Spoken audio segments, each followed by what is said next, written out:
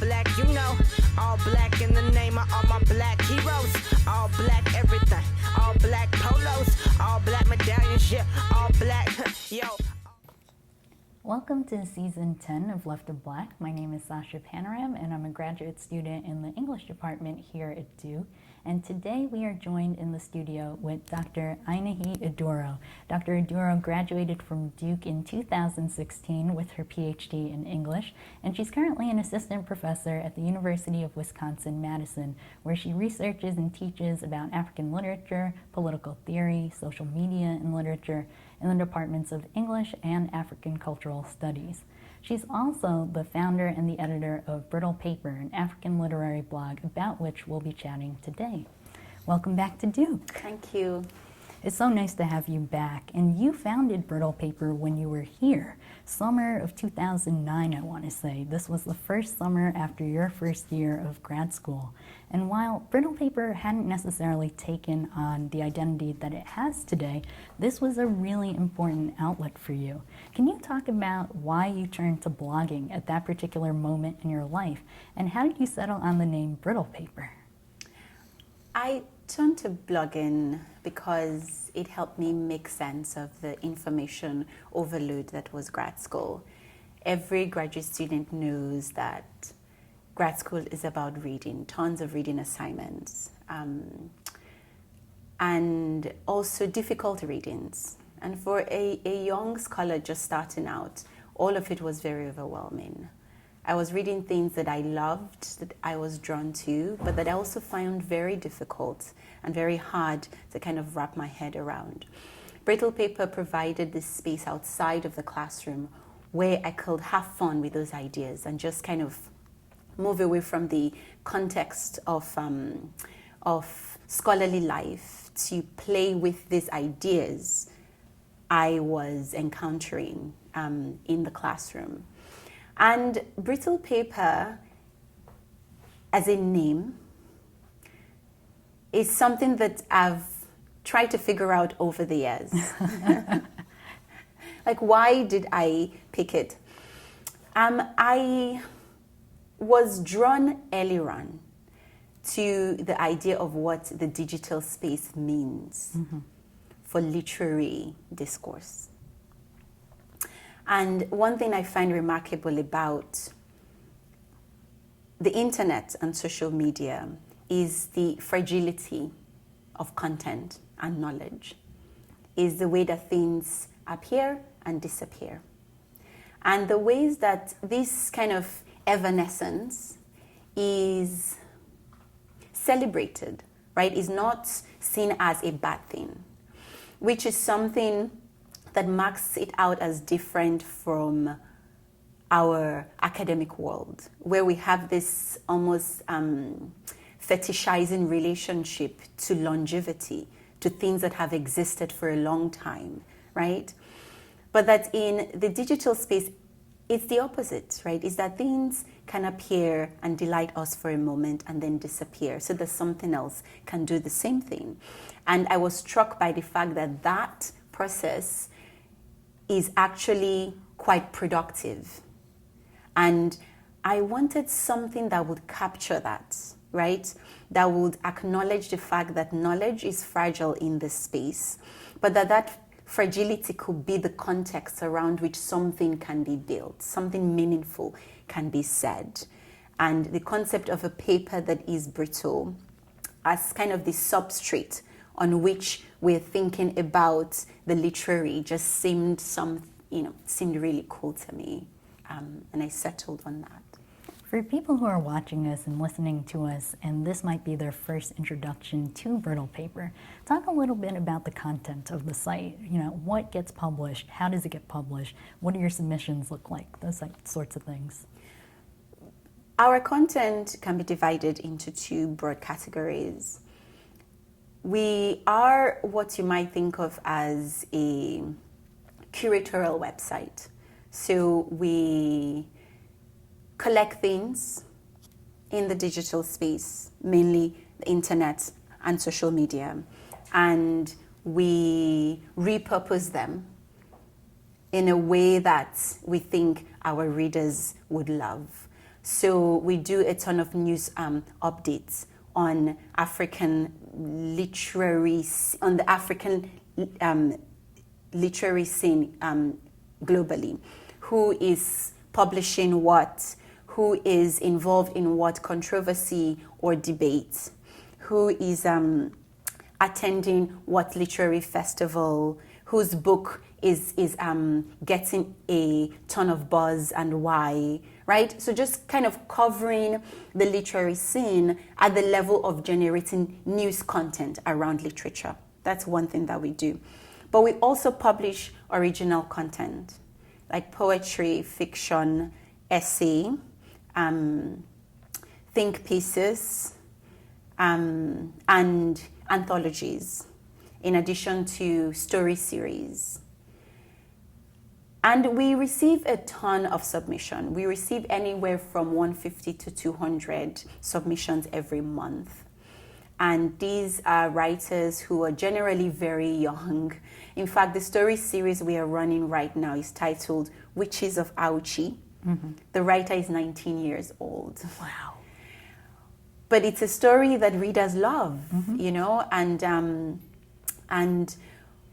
we welcome the fact that we've become a space for emergent voices, and we love that about what we do. I go to festivals a lot, and people would tell me, you were the first person who published me, and now I am a journalist somewhere, right? So that kind of story, we want to hold on to it. So lots of new writers on the continent know that. We are very much open to their work. And these writers are from all over the continent, right? Mm-hmm. We receive submissions from Rwanda, from Kenya, from Nigeria, from South Africa, and generally across the continent. I want to pick up on something you just said, literary festivals. I know that you've been traveling a lot. It's almost impressive that we have you here right now. You were in Kabefest recently, you were in Berlin before that. Why is it important for you to be in those spaces, and how does that trickle back into Brittle Paper? Because spaces like that are connected to the work that we do at Brittle Paper. And spaces like that are also tied to the social media ecosystem, in the sense that if we had to tell a history, a contemporary history of African literature, we are going to start with social media, and we're going to have to talk about how this technology has kind of galvanized other spaces to open up, and one of those spaces is the literary festival. And it's also just a space where I can meet people, right, in person, because you work with lots of writers, editors, publishers. You have like very meaningful relationships with them, but you've never met them. I met my deputy editor for the first time last year. And he's my backbone, you know, like we've built this site together, and I met him for the first time in person this last year in the summer, right? So literary festivals are also these places where you can actually meet these people that you've worked with and done a lot of things with. And then it's also a space where I can talk about Brittle Paper. You know, many times people have me there so that I can talk about Brittle Paper, or so that I can use the expertise I have as a kind of cultural influencer to talk to other writers about their work. So it's kind of a way of preaching the Brittle Paper gospel, right? Of existing in these spaces within the continent, right? And outside, where we're talking about African literature, and have Brittle Paper there as one of the spaces where African literature has really become quite visible.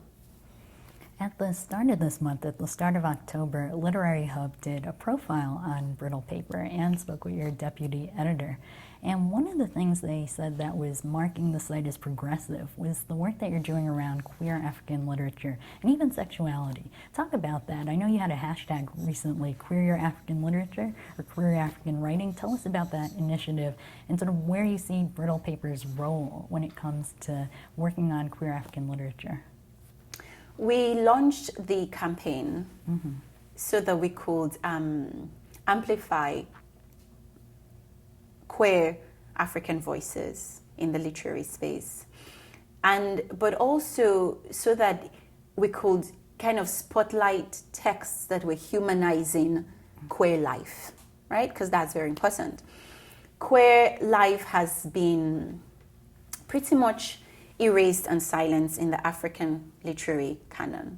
And where it pops up, it's represented in very reductive form, right? And we've seen a turnaround in the sense that there are writers from the continent who are exploring queer lives and culture within African spaces. And it was important to us to make sure that readers, especially readers on the continent, are aware of this growing archive of texts and this growing community of writers. And that campaign, it was about a 6-week campaign that just focused on kind of pulling together what lots of different people were doing in the community around queer writing and literature. And Brittle Paper has been special in the sense that from the get-go, we have made Brittle Paper a safe space for queer writing. I remember when I received an email from a writer who said that, he had sent his poem to other literary sites, websites, and in some places he had been told point blank that, sorry, we don't publish queer writing. And he sent the poem to Brittle Paper and we published it, right? And that with time, they just developed this sense of Brittle Paper as this space that is militantly in support of queer writers and their work, and making sure that readers understand that it is not a trend, right? It is a legitimate aspect of African literature, and it's not okay that it's not existed in the canon or in the tradition, and that we have to do everything we can to make sure that queer lives are represented in the discourse and also in the literary tradition. That raises another question that I have, and really it boils down to, what's your secret sauce? What makes Brittle Paper work? Because there's certainly a way that you're carving a path for yourself, as you say, militantly representing a wide range of authors and lives and perspectives. But we could also say that there are other sites that are working on news unfolding on the continent, or even more specifically working on literature and reporting on that. What exactly is Brittle Paper doing differently, perhaps even better than these other sites, in terms of when you think about what makes it onto the page and what makes it into the reader's hands, so to speak? I would say that we care about the reader.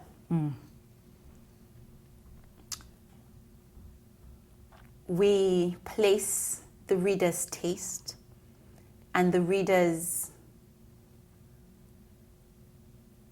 love for text, for stories, at the center of all our calculations. And why this is different is because historically, African literary discourse, not African literary text per se, the discourse has been one that has been driven by a certain kind of hierarchical posturing. So think of Achebe's essay, The Novelist as Teacher, right?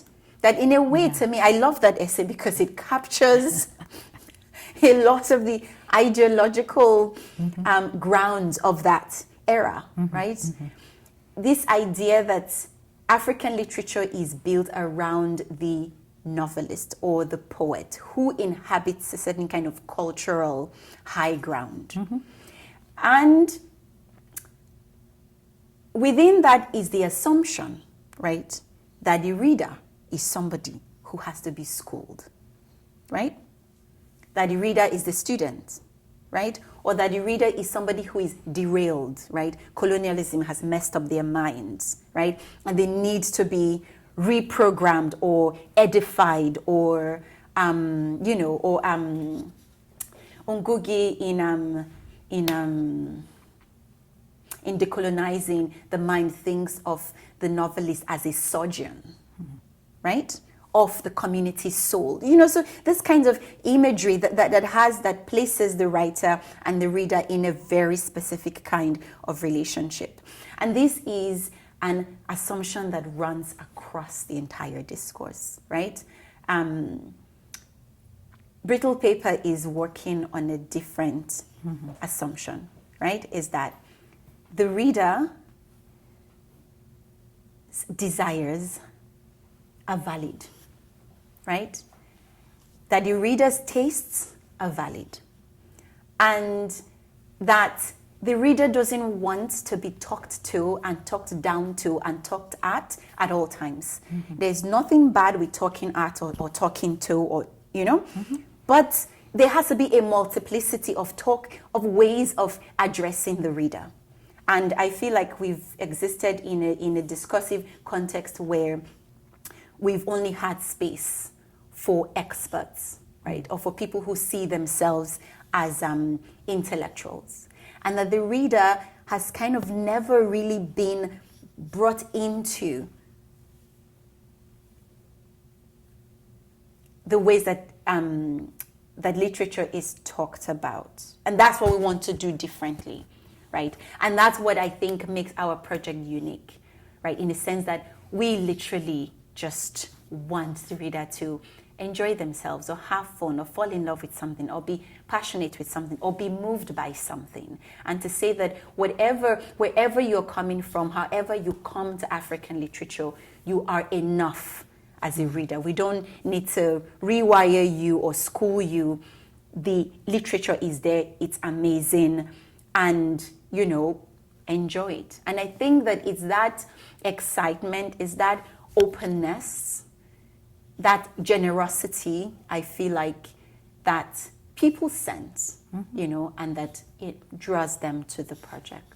I absolutely agree. I think part of what distinguishes Brittle Paper from anything else out there is you have such a robust understanding of what you think constitutes literature. You're always pushing against what you think. And to that end, there are stories that we carry with us and narratives that we take with us that inform our daily lives and that we share with others. Of course, we may come into them individually, but oftentimes it's in groups growing up that we have these spaces to talk to one another about these really meaningful ideas. And I think you've created a space, a digital space, where people can celebrate those stories, where they can have that community again, regardless of where they are in the world or who they are in the world. And I think that's something incredibly special. One thing, it's a sort of an offshoot, but you use Facebook incredibly well. Like as Brittle Paper, you have a Twitter, you have an Instagram, you have a website, but you have your own Facebook. And I think at a point when people are thinking, what is this particular tool? What does it allow us to do? I sense that you use that as a way to sort of keep your eyes on the ground and see what people are talking about.